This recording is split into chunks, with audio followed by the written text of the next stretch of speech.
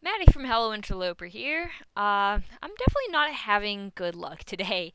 I wake up this morning and look what it is, World Battle Coliseum. Which wouldn't be that bad if it wasn't for the fact that I was making a in-depth video guide and this new incarnation of World Battle Coliseum makes absolutely everything I wrote obsolete. So, it's probably going to be a while until my guide comes out. Because honestly, it's gotta completely be rewritten, and all that work turned out to be for nothing.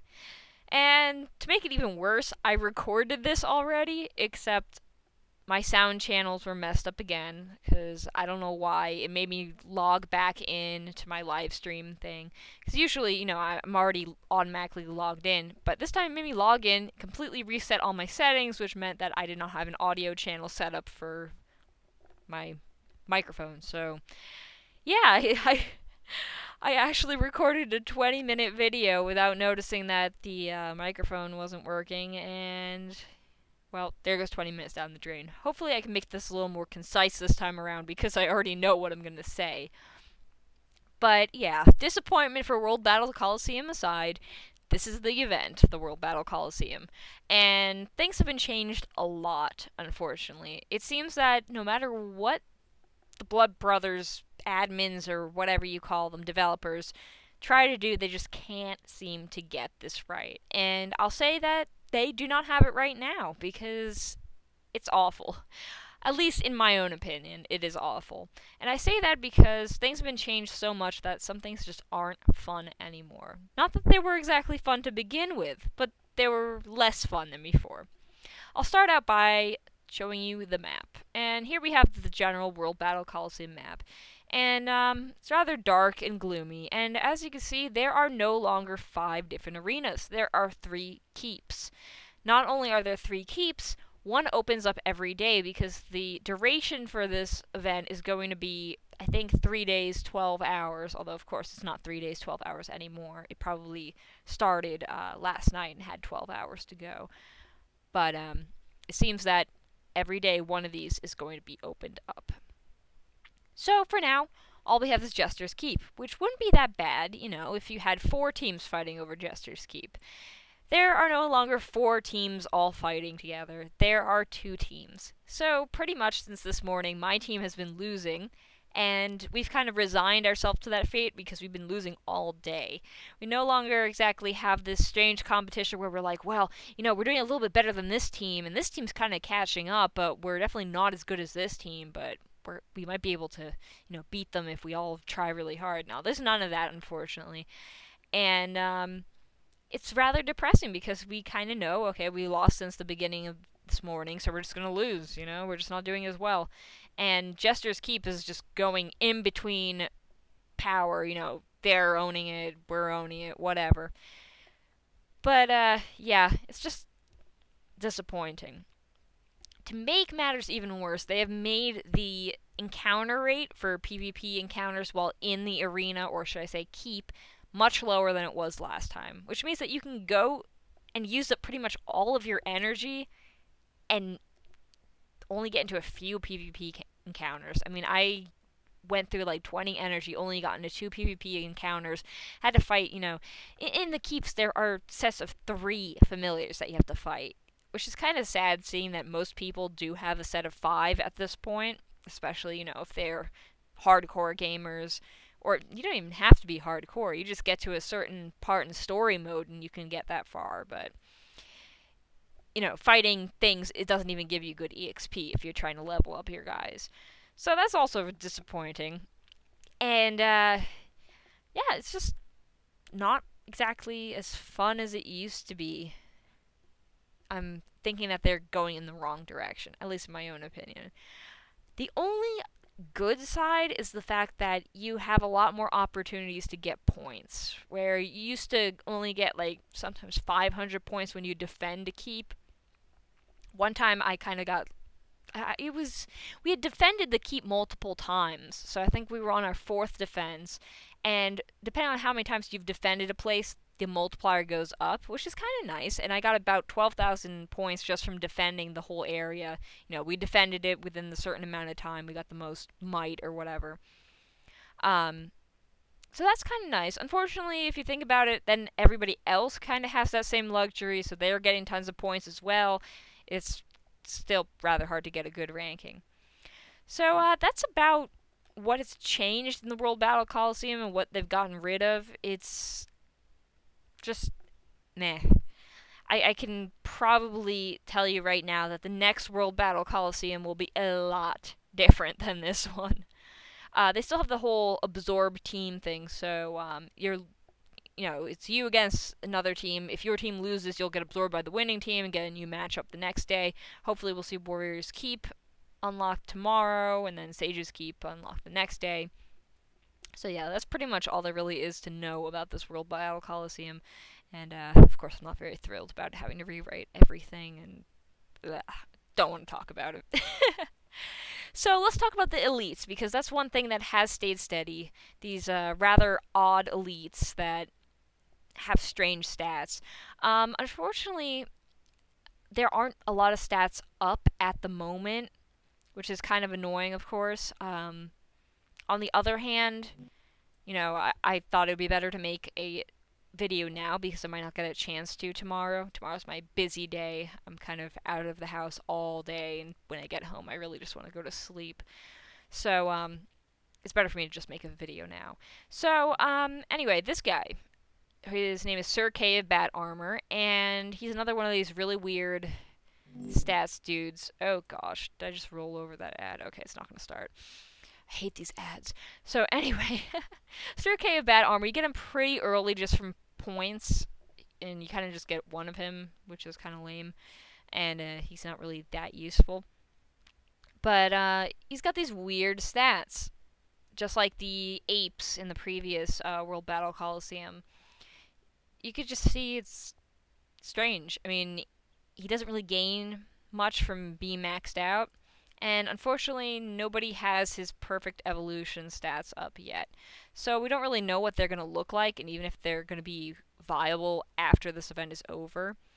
But he does have Mad Dash, which we have seen before. It's a 2 enemy sort of ability. Deals physical damage to 2 random targets. We've seen it before in Wind Dragon Slayer, who was, I believe, a raid boss elite. But it's a 200% attack modifier, which isn't that bad. Of course, you have to take into account that his attack skill might not be good enough. Stats, sorry. So we don't really know for now. We'll know later once the wiki is updated. But yeah, he's pretty much one of the elites here. Oops, sorry, wrong page. Now, if we go into the daily rewards, here we have Gorlin the Wanted, and he's kind of the daily reward guy. Now, I've always been very confused by the daily rewards, simply because I did place on the first place team before in the last one, and was number 1 on my whole team, and got absolutely squat, except for some bugles and some silver coins, so I don't really know how it works. But apparently, you're supposed to get 2 of them if you're ranked number 1 on the winning team on the first day. And if you are on the losing team, whoop-de-doo, you get 2 silver coins, which is rather a depressing consolation prize. So, anyway, let's go into Gorlin the Wanted. Unfortunately, his stats, they're not up, and so he's kind of a mystery. And it seems that this whole theme of, shall I say, rewards, elites, whatever, they all have to do with outlaw dwarves for some reason. So Gorlin the Wanted, he's wanted for obviously whacking people over the head with a giant gold hammer. But he has Bulwark, which is a new ability, and we don't really know what it does in its entirety, but we have an idea. It's an ability that reduces physical damage taken by self and nearby familiars. So basically, he will protect himself and the 2 guys next to them. Now, we don't know if this is going to be similar to Griffin's ability, which is Blade Ward 2. Let me quickly look up Blade Ward 2 for you guys so you can take a look at what it is. But Blade Ward 2, it reduces physical damage by 40%, and it applies to everybody on your team.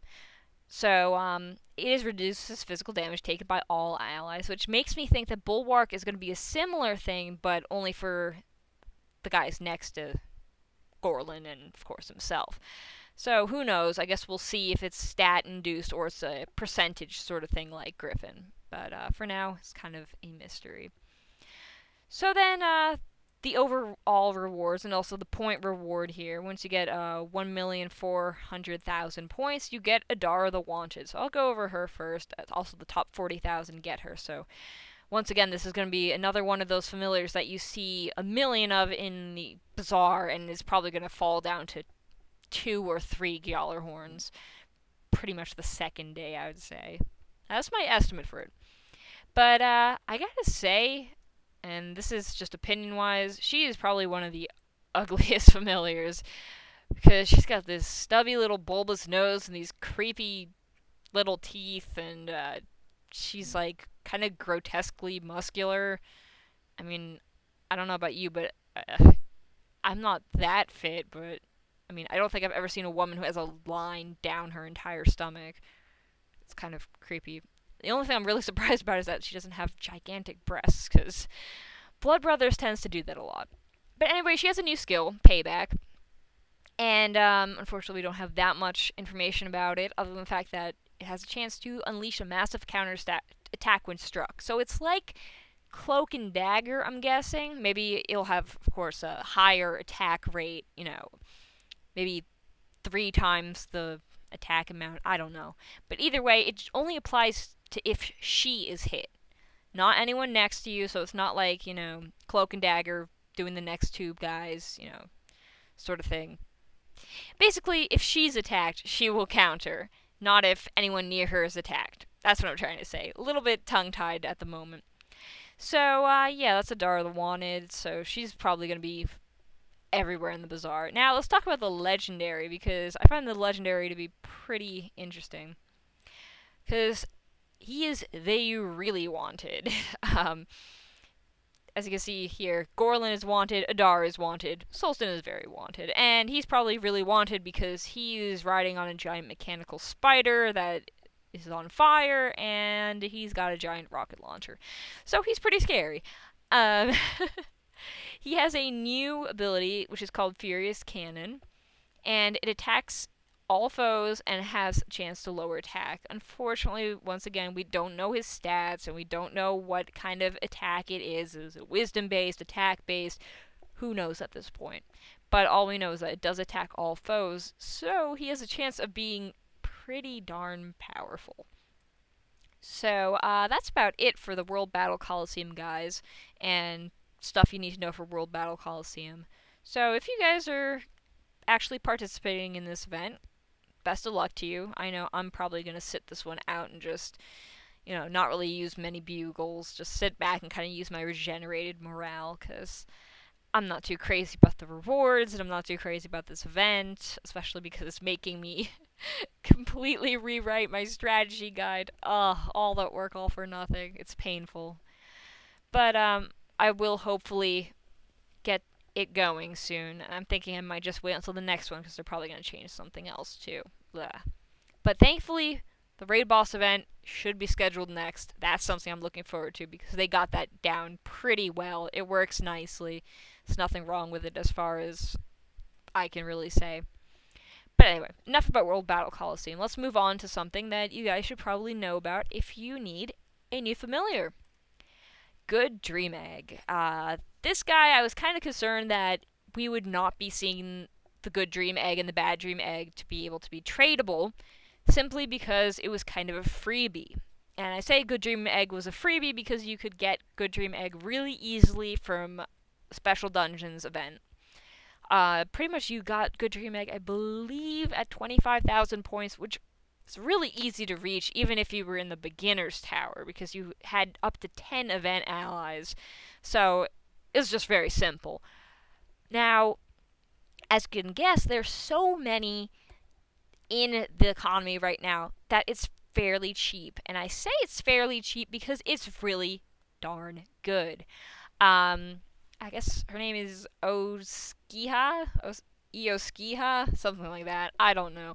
But either way, she is really darn good. And I say this because if you look at her stats are pretty much equal to, you know, a really nice, rare evolved into epic sort of familiar.